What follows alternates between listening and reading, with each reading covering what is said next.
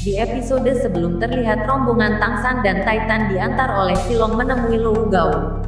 Setelah mereka bertemu dengan Lu Gao yang sedang sibuk memikirkan bagaimana cara membuat sebuah crossbow yang baru saja dia dapatkan. Yang membuat Titan dan lainnya heran, Lu Gao ternyata mendapatkan benda ini hasil membeli dari Spirit Hall. Sedangkan Spirit Hall mendapatkannya ketika menghancurkan klan 7 pagoda. Mengkilap seperti harta karun, sisa-sisa crossbow tersebut dikumpulkan oleh anak buah Spirit Hall dan mereka jual. Benda ini, kata Tangsan melihat crossbow tersebut. Tunggu, apa katamu? Kamu mengenal benda ini? Tanya Lu Gao.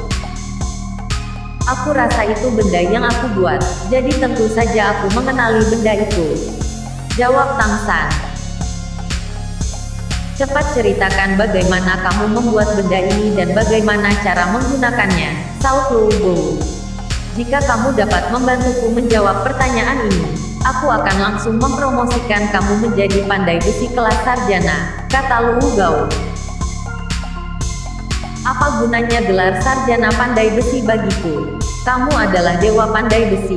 Jika aku memperbaiki di depanmu, maka kamu akan dapat melihat mekanisme rahasia di dalam benda ini. Ini adalah rahasia untuk Sekte Tangku, orang lain tidak dapat diizinkan untuk mengetahuinya. Bahkan di antara murid-murid Sekte Tang, hanya beberapa anggota inti yang diperbolehkan mempelajari cara membuatnya, kata Tangsan. Melihat Tangsan yang bersikeras hanya orang-orang Sekte Tang yang boleh mengetahuinya, Lu Gao tidak punya cara lain. Dia berjalan ke pintu, membuka gerbang lalu berteriak, "Silong, ke sini." Dalam beberapa nafas, Silong dengan cepat bergegas ke tempat Lu Gao dan dengan hormat bertanya, "Guru, apakah Anda memanggilku?" Lu Gao lalu berkata, "Mulai hari ini, kamu adalah presiden baru Asosiasi Pandai Besi. Aku sudah lelah, aku akan bepergian mulai dari sekarang." "Guru, Anda pasti bercanda kan?" Silong berkata, terperana oleh kata-kata gurunya. "Apakah aku terlihat bercanda? Lain kali ketika aku tidak lagi di Asosiasi Pandai Besi, kalian semua harus bekerja sama untuk menjalankan asosiasi ini.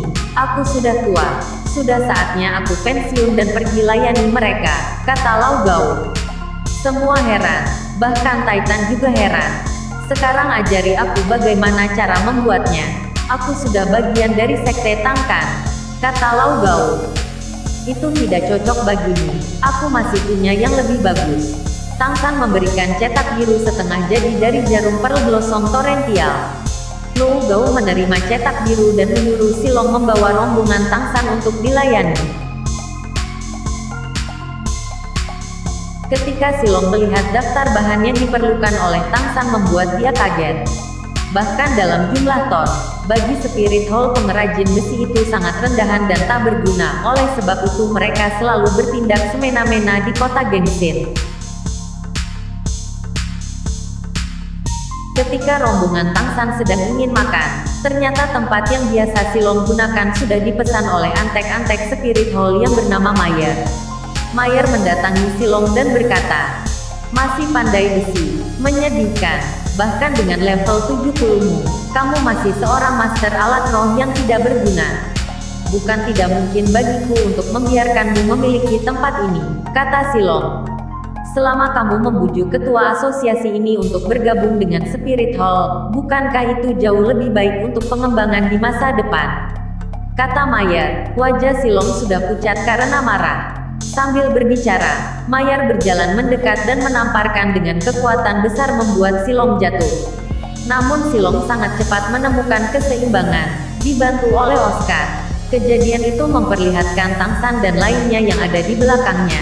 Mayer pun merasa tampak terganggu, bukan karena dia mengenali mereka, tetapi karena pandangannya jatuh kepada dua wanita di antara mereka, Rong Rong dan Xiao Wu. Mayer pun berkata, "Silong, dari mana kamu menculik dua wanita muda ini? Sangat cantik." Sambil berbicara dia langsung berbalik dan berjalan menuju Rong Rong dan Xiao Wu. Mang Ho Jun ingin segera bertindak tapi ditahan oleh Tangsan. Sedangkan Titan sudah melangkah maju untuk menemuinya mendengus dengan marah, hampir tidak menyembunyikan energi kekuatan roh tidak masuk akal yang dia lepaskan. Segera tekan luar biasa tiba-tiba berkembang seperti gelombang pasang. Mayer yang sudah bersiap mengangkat tangannya untuk menyentuh Xiao Wu hanya merasakan dadanya menegang dan dipaksa mundur beberapa langkah. Wajahnya segera menjadi khawatir melihat Titan yang tinggi dengan kekuatan mengagumkan yang dia lepaskan. Dia tidak bisa menjaga kulitnya agar tidak berubah. Apakah Tang San tidak marah? Jika seseorang berani menyentuh Xiao Wu, Tang San hanya melemparkan sebuah token kepada Mayer, yang membuat Mayer bertekuk lutut dan ketakutan. Buru-buru memberi hormat dan membungkuk kepada Tang San. Aku tidak mau makan siangku terganggu.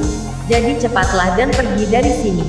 Token itu adalah token yang diberikan ayahnya dulu kepada gurunya. Hanya tetua dari Spirit Hall yang memiliki token ini. Setelah Tang San kembali ke akademi, gurunya mengembalikan token itu kepada Tang San untuk menyimpannya. Cerita episode ini pun berakhir.